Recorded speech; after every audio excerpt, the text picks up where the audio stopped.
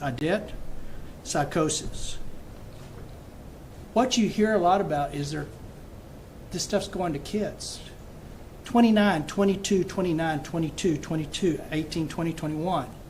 This is changing people's life in short order because it's been marketed as something that is safe and legal, and it's anything but. The deception in this industry and what they have created and the lives they have ruined is unacceptable and unnecessary. There are a few things in the legislatures we get to do that when we see something, we can be preemptive of keeping it from going further than it already has. As the modern day philosopher of Barney Fife would say, we got to nip it, and we need to nip it in the bud, and we should have done it the last couple of sessions. But the facts are clear. This is a real problem. I'll speak a little bit to it. Profit over people is never an excuse to ignore the people. That's what you hear from the industry. We're making all this money, we're providing all these jobs. I tell you, the taxes we collect does not cover the behavioral health issues that's created in addiction that the state budgets of today have to cover. If I had been in prohibition, we wouldn't have the budget the size that we have. That's where I'm at on this issue. This is causing problems that no amount of tax dollars is going to cover the fix. But more importantly, what is the price you put on the loss that these families have suffered and generations to come will have? This is just a few of the people I know about. I'm sure it's in the thousands across this state that are dealing with the same issues. They just don't know that we're actually trying to address the issue. It's out of control. Beverages. I hear a lot that beverages. Who in what world, whose mind in what world would conceive that if you mix drug and alcohol that the end result can be anything but bad? That doesn't end well for any people. The beverage industry doesn't realize it, or maybe they do, but the molecules act differently in THC when mixed with alcohol, and your brain is more receptive and craves more of it. So it's just as bad as the stuff that you vape or get off the shelves. It cannot be exempted from this. To the lobbyists that are supporting this, I've told them they have every right to make a living, and I don't care who they represent. I will tell you, legislatures have all the prerogative on who they talk to every session when they come back. That's not a warning, that's not a threat. It's a two-way street. People that are advocating that this okay are literally creating a situation where kids, families, and lives will be changed impermanently for generations. So let your conscience be your guide. But I, as a legislature, do not have to associate myself with anybody I choose not to, other than constituents always have an open door. But I'm serious about shutting this down. I'll go back to, this is in synthetic pot. I saw a survey today from one of y'all's colleagues. He has no credibility in my book anyway, but he did a poll, and I think he was talking about legitimate pot recreational use polls. Whether that's good or bad or indifferent, it is not that. It is not that animal. It is something that is synthetically made in a chemist's laboratory with no recourse or care or conscience about the impact it has. So this is not pot of yesterday. This is stuff that will change lives forever in a very negative way. And actually probably cause loss of life at the end of the day, because paranoid and schizophrenia are the attributes that are a common theme when you talk to these parents of these kids that are in this stuff. Paranoid and schizophrenia is not a good place to be, and it don't undo it. So with that, I thank you for that. We'll have some other people here to support what we're doing, but I want the message to be clear.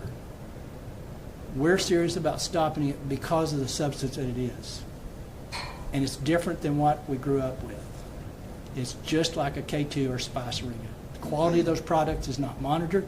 It goes from 30% on average all the way up to 80% THC inside of it, and you don't know what that pot is being mixed with when it was put in there. A lot of these are foreign manufacturers. It doesn't matter to me where it came from. It just needs to be gone. Thank you, guys. Chief Dye? Thank you, Senator. He's out of Allen, that's right. Yes, sir. Well, good morning. My name is Steve Dye. I'm the Chief of Police in Allen, and I'm also here representing the Texas Police Chiefs Association regarding our serious concerns with this illegal and open sale of these consumable THC products.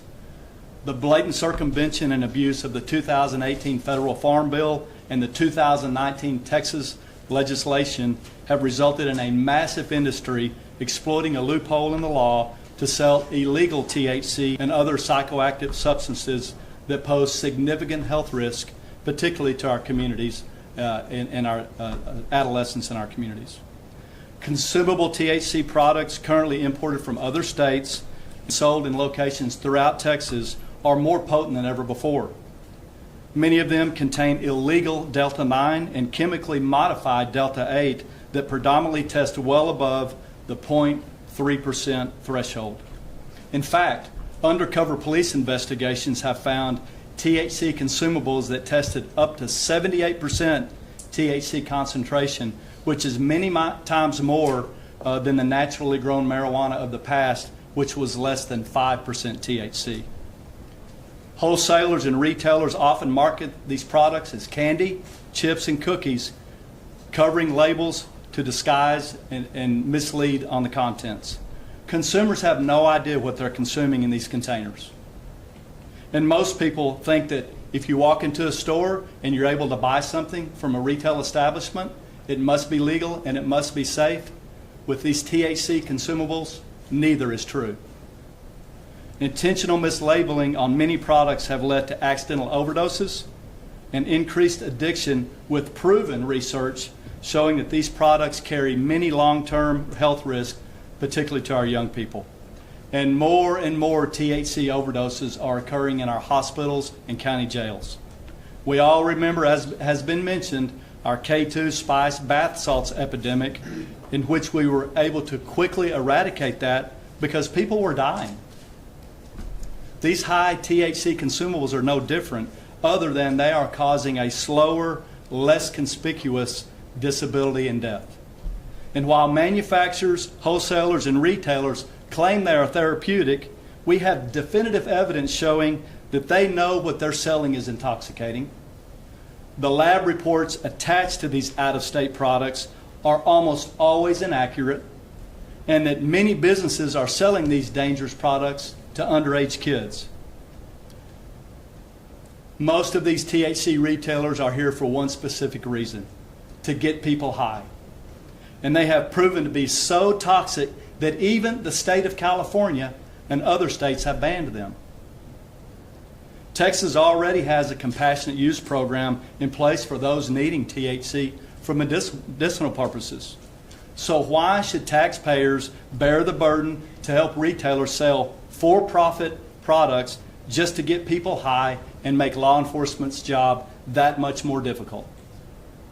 Retailers, not law enforcement, should bear the cost of testing their products in accredited Texas laboratories before they put any product on their shelf to not include anything with THC. This THC consumable plague is in every community in Texas. As a matter of fact, the University of Houston recent survey showed that 55% of our communities are against these THC consumables, and I can tell you in North Texas, that percentage is much higher. Our position is not only that of the Texas Police Chiefs Association, but that of the Sheriff's Association of Texas, the Texas School Districts Association of Chiefs of Police, TMPA, and CLEAT. We are all united in banning these consumable THC products. Folks, Texas is better than this. So we greatly appreciate Lieutenant Governor Patrick and Senator Perry for Senate Bill 3. We are urging both the Senate and the House to pass legislation that bans consumable THC products from retail sales and enables law enforcement to effectively file, prosecute these criminal cases that are affecting the quality of life in all of our communities. Thank you very much. I'm going to introduce our District Attorney of Collin County, Greg Willis. And we'll take questions after everyone speaks.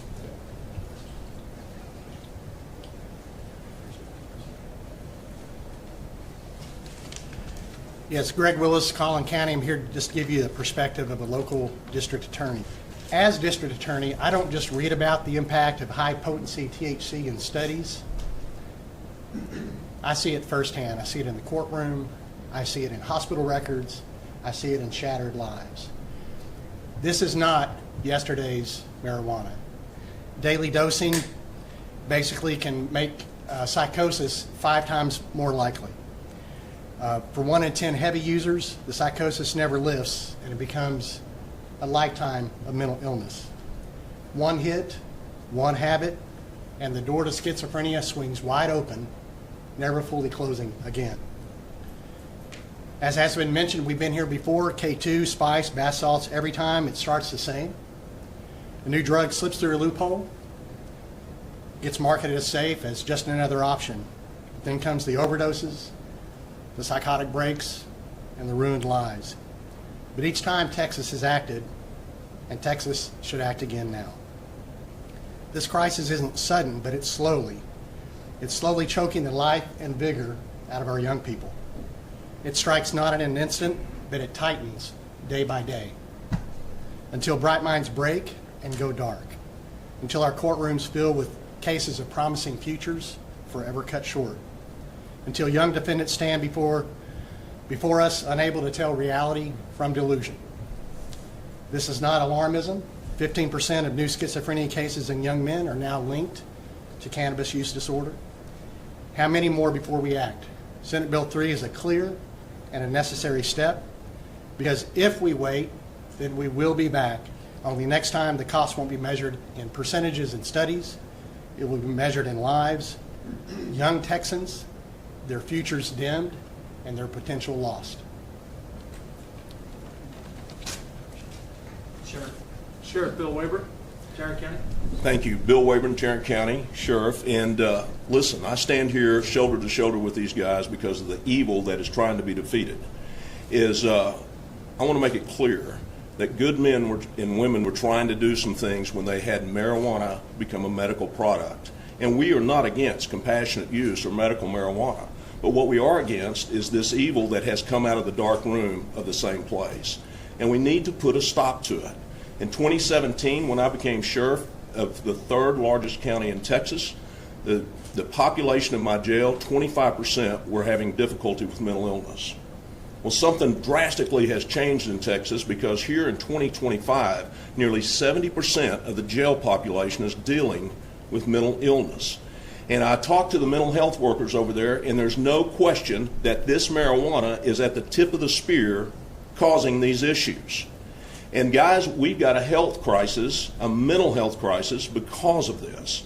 And if we don't put a stop to it right now, it's going to get further out of hand.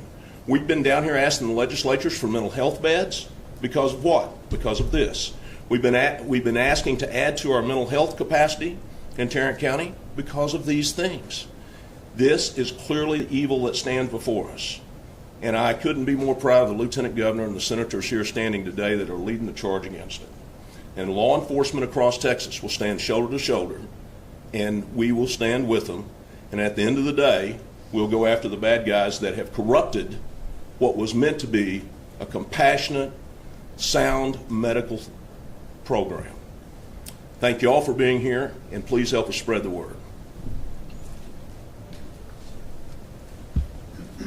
2 points that our first 3 speakers hit on. Number 1, on the compassionate use program, we're going to expand that this session in another bill, because we're not against those who need medically described help. Number 2 is we've invested over $3 billion and probably higher in putting more mental health care beds and hospitals all across the state, from Tyler to Amarillo, brand new. We put, I believe it was $2.5 billion in our budget last session, and we continue to help upload that cost to our counties. They cannot absorb it. I mentioned earlier, I put out a video this morning. I hope all of you will get that out, because a lot of people, a lot of parents, a lot of grandparents, a lot of adults who are buying from these stores really don't know what you're hearing about today. You can save lives in the media by telling the story.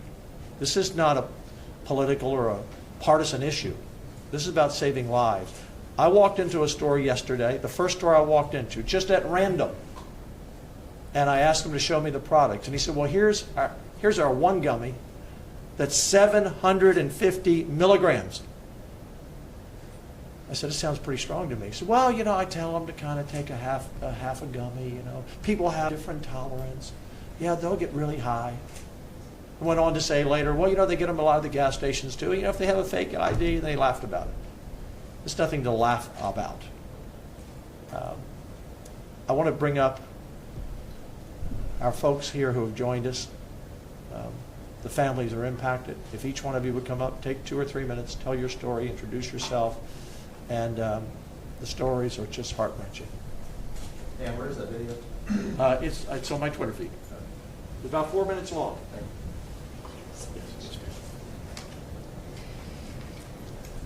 My name is Aubrey Adams. I am Director of Citizens for a Safe and Healthy Texas, and Every Brain Matters. On behalf of all Texas families that have been harmed by synthetic THC, I want to thank Lieutenant Governor Dan Patrick, Senator Perry, and everybody who's involved in supporting this bill, SB 3. This bill will save lives. Synthetic THC products mimic everyday foods like candies to attract children. They often have sugary flavors to mask the toxic tastes. These products pose serious mental and physical health risks, including potential death. Sonia Jimenez from Houston, Texas, wishes she could be here today, but she is in deep grief for her son Joshua. Joshua brought a product called Wedding Cake Delta 8, which caused him to have a psychotic break. The voices in his head told him to go to LA to save God's children. He was suffering. He didn't understand what was happening to his brain. And he stepped in front of a train in Pecos, Texas.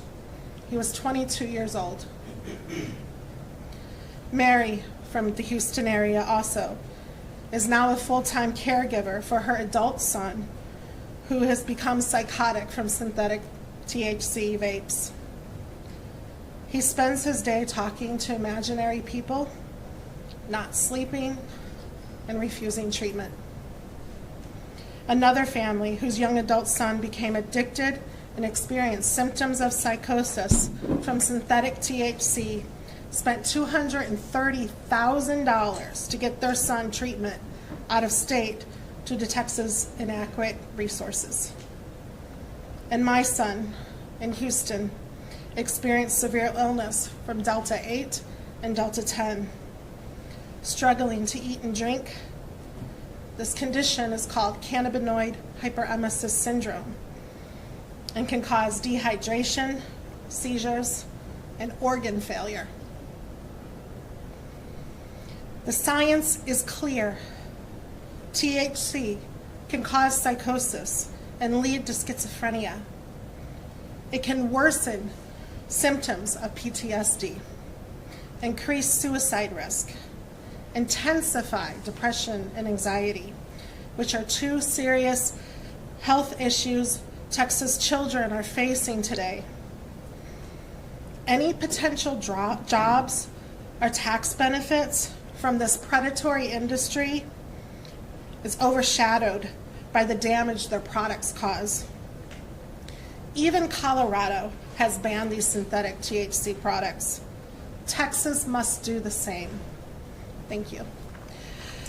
I would like to introduce my friend and fellow advocate, Shandell Strickland from Katy, Texas.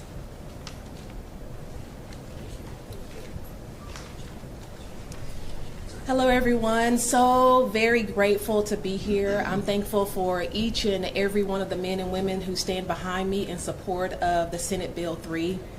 We've all heard the saying, whether we're in the airport, whether we're at a local school, whether we're at work, when you see something, you say something.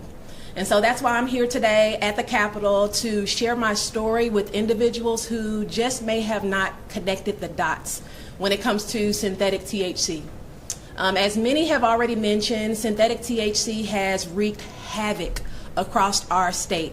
And as a mother, as a family member who's seen the tragedy firsthand, I am here to spread the news that we all need to pay attention to what is in our stores, what is in our children's hands. Synthetic THC is the issue, and it's a new age type of drug that many individuals are not aware of. I wasn't aware of it. You've heard individuals talk about psychosis. I'll tell you what experiencing psychosis is like as a mother.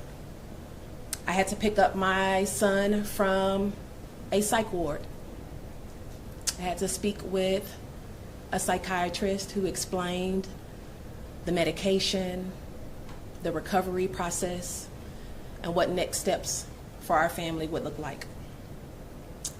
From there, we spent the night in a hotel room, and for the first time in my life, I experienced being afraid of my own child.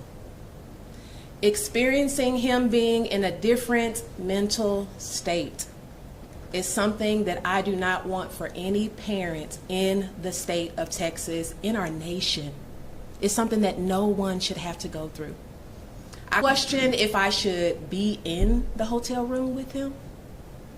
I questioned if I need to stay up all night. Am I going to be able to go to sleep? I've watched my son, who I love dearly, stand at the door of the restroom and take several deep breaths to calm himself down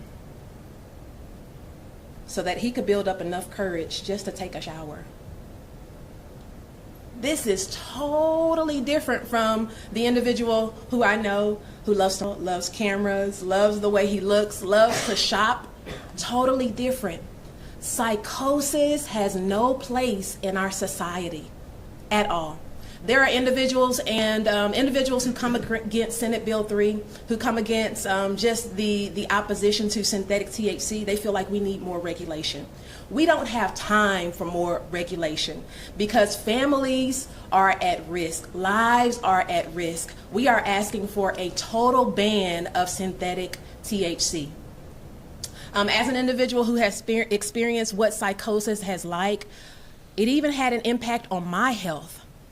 I was nearly at the brink of having a mental breakdown from seeing my loved one in such a situation that I couldn't fathom. I could not fathom it. But learning everything that I've learned about synthetic THC and these products that are so readily available. We all know the number of Starbucks and McDonald's. They're plentiful across the state of Texas. It's about around 2,500. But there are over 8,500 of these smoke shops and all of these liquor stores that have these products available for our children, for our adults, even for us. And unbeknownst to us, there are lies. We're told that they're healthy and they are not healthy. Right? And so I'm calling for each and every individual to learn more and to support the leadership that stands behind me in making sure that we ban synthetic THC in the state of Texas. Thank you.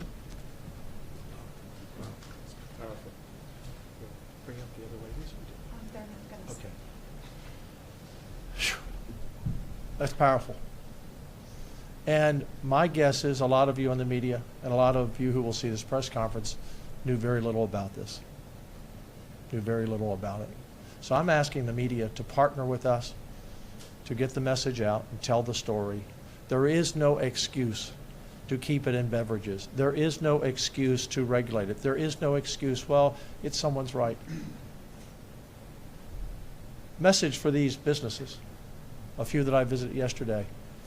It's just a matter of time that someone is going to bring lawsuits against your business on the civil side for their families who have been harmed. We're going to ban your stores. We're going to ban your stores before we leave here for good, whether it's in May or July or August, whenever session is over. We in the Senate, and I believe in the House, will stand together and pass this legislation.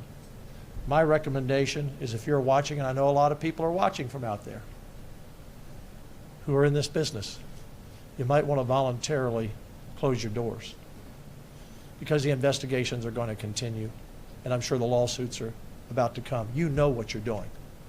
You know what you're doing.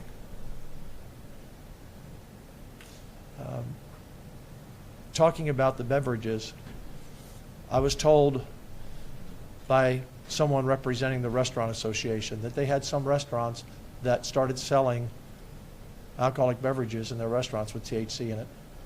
And after a short time, they stopped because some of their customers were losing control after 2 beverages.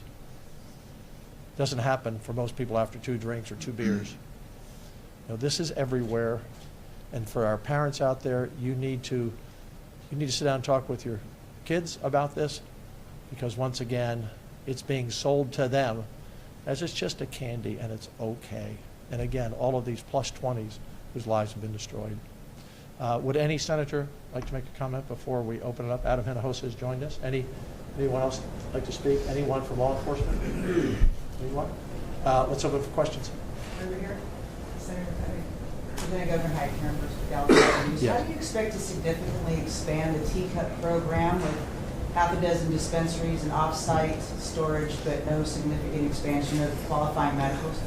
Yeah. I'd like to hear from Lieutenant Governor as well. Thank There'll you. there'll be an amendment on the floor for the teacup bill 1505 when it comes up that's going to require, not may, but shall open up those 3 additional licenses that we're going to. So there'll be 6 licenses.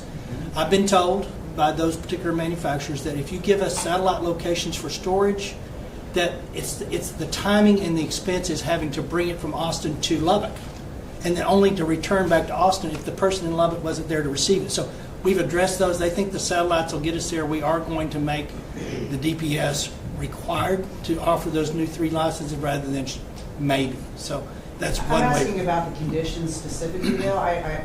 You can do all that stuff, but how are you, will it still expand access if you're not expanding the medical conditions that qualify people for the program? So the medical conditions that currently exist are pretty broad. You know, epilepsy, Charlotte's Web, I think it was, or Charlotte Law up in Colorado was the first exposure to that compassionate use conversation. She's since passed, but it really did provide relief. So epilepsy, that whole list, it's pretty, I would say, general in most of those criterias. PTSD is in there, so obviously our veteran communities that are relying on that stuff is already eligible for the teacup program. And I think where those are typically the issues that if you hear someone going to the local head shop to buy their medication, or to the gas station, unfortunately, to buy their medication now, we don't dispense medication through gas stores, and convenience stores. That's the issues they raise, insomnia, those things like that are attributed to that list. So I think the list is comprehensive enough. So insomnia, general anxiety, depression. Yep. Those are all things that fit in one of those categories. If you have PTSD. Yes, correct. But nothing more general than that. No. And one of the things, thank you for your question, is that when I've talked to some of those people, these stores pretty much shut down their businesses. No one was coming to them anymore. No one wanted to have a license. So we're going to expand. Next question. Okay, I'm detecting a theme here with HHS, going maybe too far with this. Maybe. Really far. With the Lottery Commission maybe going too far with what they were offering, maybe even some of the election stuff that you talked about in years past. Is this a situation where the bureaucracy in Texas is taking too many liberties and you guys have to step in more frequently? Absolutely. It's great that we only come every other year. We function very well for being the 8th largest economy in the world. No one does the work that the Senate and the House does in 5 months, and sometimes we're here longer. But when we're gone for 12 or 18 months, in general, agencies kind of go their own way. And in the Lottery Commission, as you pointed out, until we went and did that video, the Lottery Commission said we can't regulate the couriers. And then they sent a letter to the AG, can we regulate them? And then 4 days later, they banned them all. And that is a deep investigation into the potential corruption and money laundering that could be international, national, or just maybe bad actors in the Lottery Commission. We'll see what those investigations bring out. Same thing in this. We as members are in our districts. I cover the whole state, but they are talking to the folks from the House and Senate all the time. And you start to hear things bubble up, and you find out, I was shocked. I was shocked that there were so many that opened up just in the last 24 months. I think it's been several thousand just in the last couple of months. And so we said, let's look into it. And what we found was a very ugly picture. And the idea that people are profiting off this at the expense of these lives is just unacceptable. Unacceptable. But how has HHS gone Yeah, too good. far? Charles. How did they do this? So to be clear, it's Dishes. Yeah. And so Dishes didn't do anything wrong. What happened is an industry exploited a loophole that was never to be part of a permitting process. And they'll use that this is legal because we've got a lawsuit that has stopped and it's in the process. Truthfully, they challenged Dishes' approach to put guardrails, exactly what has happened. And because of the way they went about the process to put those rules in place for this issue that we now face that didn't get implemented, they're in the courthouse. They did not challenge, let me back up, the court has not addressed the actual merits of what that substance is and why it's bad. So when you hear the negative or the false that we are legal because we have a court that's said pause and take a look, it had nothing to do with the substance. So Dishes permitted, I think they did what they expected to do, but they permitted something totally different than what the industry did with it, to be clear. And another thing, a lot of these industry companies that have set up, and not the newest ones, but a lot of them were tobacco sellers before. So when they close their door on this side, they still go back to the tobacco side. So not all of them are going to close. We've just removed something from their inventory that should have never been there to begin with. So this is not, I'm not going to throw the Dishes system under the bus. I think they did exactly what the law said they should do, and they thought they were within their purview of being able to put rules around to prevent things like this by definitions and things that they were not allowed to do, and that's what currently is in the court. I hope after this bill's passed that the court has a pretty clear picture of what the state of Texas is included to do. But Dishes, I'm not saying they couldn't have done a more diligent or better source. The enforcement actions that we've had a little bit of enforcement from it. We're going to step up enforcement. We've got money in the budget for enforcement. So, but it wasn't as much the bureaucracy, it was the industry's exploitation of the substances that were being permitted. So that's the clarity I want to leave you with on that front. Very clear. And to follow up on that, part of those issues are when agencies don't communicate with the legislature. So we had to find out through Bob Hall's work, the lottery sold 26 million tickets. And when all these permits were given, there was no input to us of saying, we might have a problem here. Suddenly we have 4,000 permits out there. There's a lot that aren't licensed. Yeah, and there are a lot that aren't licensed. There's just open enough. Okay, next question. Senator Perry, you mentioned there was a poll out this morning about this. What was that? I saw a poll today, but one of your colleagues, I affectionately referred to him as a bottom dweller. He said 68% support THC in Texas. The one I see says that, but it was done by Mike Basilage. That's the pollster that. I don't know the source of the poll. It came from one of your reporters, is the way it was reported. Mike Basilage, the pollster. I can tell you this. Governors used him, and so did. I can appreciate that, but the guy's wrong. I don't care who does the poll. Yeah, don't I don't play care this the political poll. chief game. Here's the It is a thing. political chief. If that's what the poll says, don't use Mike Basilage? it doesn't. Of course I do. Okay, yeah. So we're going to turn this conversation Right. from the lives that were lost to Right. who did the poll. I'm just Yeah. telling you the poll probably you did brought not. the poll up. That's what I I'm did bring asking the you poll about. up, Yes, sir. but Okay. what I clarified, if you're honest, I said synthetic THC was not polled. Yes, it was. Yes, It was. consumable in drinks. If you read That's the poll, different. you know That's that. different. Yeah. The average We don't person in talk this about that room, with the whole press the conference. average person in this room, I'm not going to argue with you. The I'm not average arguing with person in you. this I'm room asking and about what you people are said. listening do not understand the distinction between THC and synthetic. Okay. And you can poll it, and anybody would say THC. There are majority of people out there that like the idea of THC, so I'll just leave You it with brought that. it up, that's why. I hear you. I That's- appreciate it. uh-huh. Yeah, me too. Senator Perry. Yes, sir. Who are you working with in the House on this? And House leadership? Ken King is carrying that. He's chairman of that jurisdiction and that committee. And for the most part, I think we're philosophically aligned for sure. His bill is a little different than Senate Bill 3, but we got time to bring that together. And I believe with confidence after conversation with him. And the Speaker, I will tell you, and he wouldn't mind I said this, before he was Speaker, we were in a car in Lubbock, Texas with a fellow representative outside of Lubbock in the same car. We were driving by, we passed a head shop, and I said, those will be closed if we're successful next session. And the individual that was outside the district said, what do you mean? I said, we're going to shut them down because of all these things we've talked about today. And at that point, then Representative Burrows said, I hope to carry that bill and ban them all. So that's where the speaker's support lies on this issue. We just got to get it over the finish line. What's the biggest discrepancy between the two? I would say the beverage conversation right now, and I think there's room to get that over the finish line without it in there for all the reasons we've talked about today. Okay? Yeah, and the liquor stores ought to realize they're going to be probably subject to civil lawsuits as well. And I'm asking the main liquor stores, and you know, there are only a few major companies in every liquor store in the state of Texas. I'm actually asking them to withdraw their inclusion to continue. The liquor store industry needs to back up and listen to what the people are saying, what the legislature is saying, and say, we're not interested in this product anymore. So I'm counting on those good businessmen and women who own those companies to do the right thing. Question? Lieutenant Governor, we have this map of Yes. these physical locations in the United States. Yes. Some of these products are still available in surrounding states, and we found a lot of online websites that can ship these products directly to your home. Do you foresee any problems with the enforcement, or how will that be enforced? Those coming into the state, they're violating Texas law, and we'll do whatever we can within the state to enforce it. And I hope that we would have partnerships that could cross boundaries if need to. If I don't know how we go into New Mexico to do it, but I can tell you we will find a way if there is a way. But I can't prevent what other states are doing or not doing. That's not. I'm a Texas senator. I'm responsible for 30+ million people in Texas, and how we protect them with other states. I will tell you what I've been told. Colorado and Oklahoma rule the day that they put legalized marijuana recreational. So it's a big issue that's surfacing around the country, and they're looking and trying to pull back.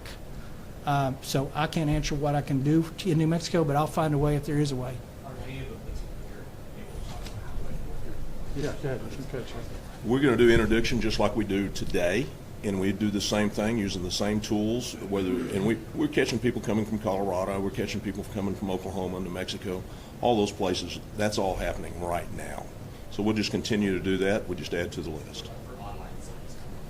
Well, we have task force that work with the different agencies that may be delivering that. So without talking about our methodology, we will have some people involved. Yeah, and I'll just add, one of the challenges for law enforcement, these new variants are being produced almost daily in a lab somewhere. And so you can't keep up with what is legal and what is not legal. We need a bright line rule that all THC is illegal in these products. That helps us enforce it. We need all of the testing to be done in Texas accredited labs because these products are being shipped in from out of state. The certificates of accuracy very rarely actually match what's in the product. And testing for law enforcement is very expensive. That's a hindrance to a lot of the departments. They don't have the funds. An average test on one product, one THC consumable product, is $250 for one test. So you can imagine most budgets don't afford that opportunity. So what we're also asking for is the retailers have to test their products to prove that there's no THC. They register those particular products with dishes. So when we walk into a store, we can look in the registry, and if they're selling a product that's not in the registry, then we know prima facie that it's illegal.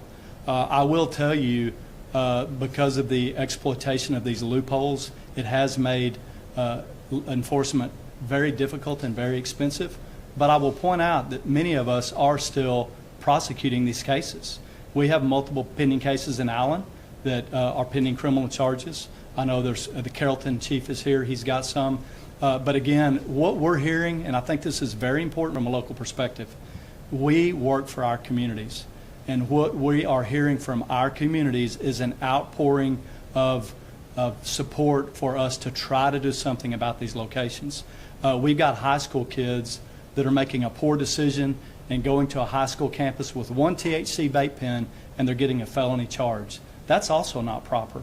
And then they become addicted because it's so potent. The behavioral cost to try to rectify the damage has been mentioned is tremendous. But you need to understand from a local policing perspective, we're not just about filing criminal cases and putting people in jail. Our job is really holistic. We're concerned on quality of life in our community, and our main concern here is the high potency mixed with consumption at younger ages and the permanent harm that it's doing. We're the ones out there every day at the Rotary Club and the Lions Club and the Kiwanis Club hearing from people going, please do something about this. It's killing my kid or it's killing my neighbor's kid. So I think the quality of life perspective needs to be pointed out. But with the legislation that's been proposed in Senate Bill 3 and then hopefully in House Bill 28, we believe that we will actually to be able to enforce the law as it was intended and really removing the loopholes that were unintentionally created. We're going to wrap it up.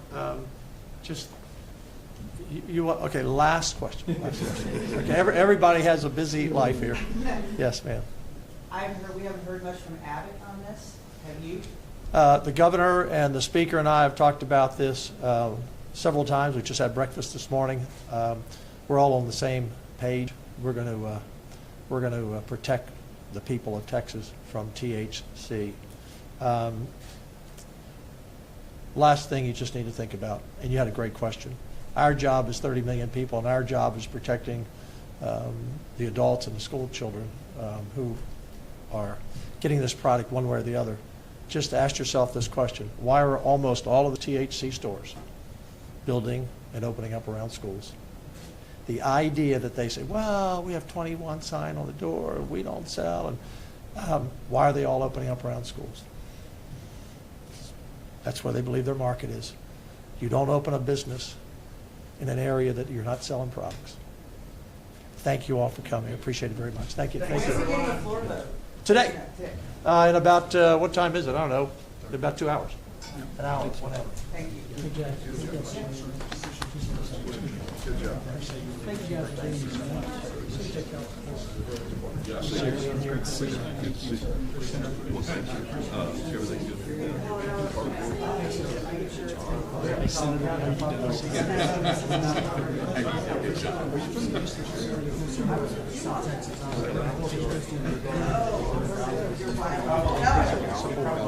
Senator.